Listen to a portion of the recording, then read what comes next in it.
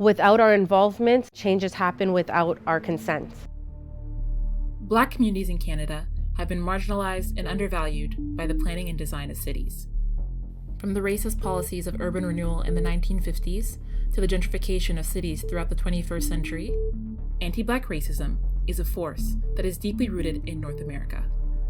Unfortunately, Black Canadians have a long history of being excluded from urban planning decisions based on these false assumptions and stereotypes.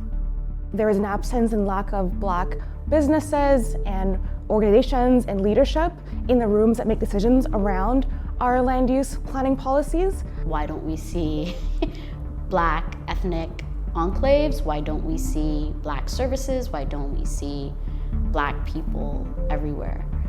This has led to the unequal distribution and management of resources, including affordable housing, public transit, and food security. As a result, Black communities have been left without adequate access to services and opportunities. We look at what happened with Africville, where people were forced out of their homes so that infrastructure could be built. The same thing in Hogan's Alley in Vancouver. These were cases where people specifically used city building as a way to kind of destroy and undermine Black communities that had been established for generations in cities.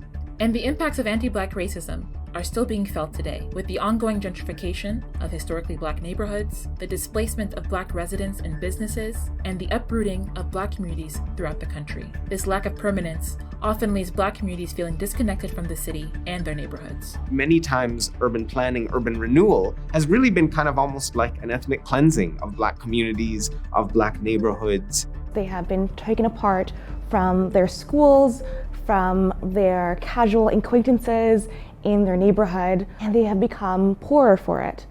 So how can we fix this? Cheryl Case of CP Planning has the right approach.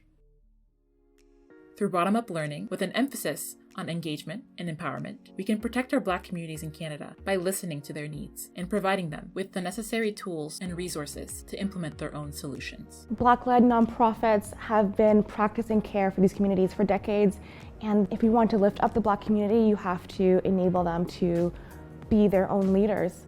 When we invest in our community, we can see that it actually belongs to us and can't be taken away. And we still see a reflection of ourselves in the future.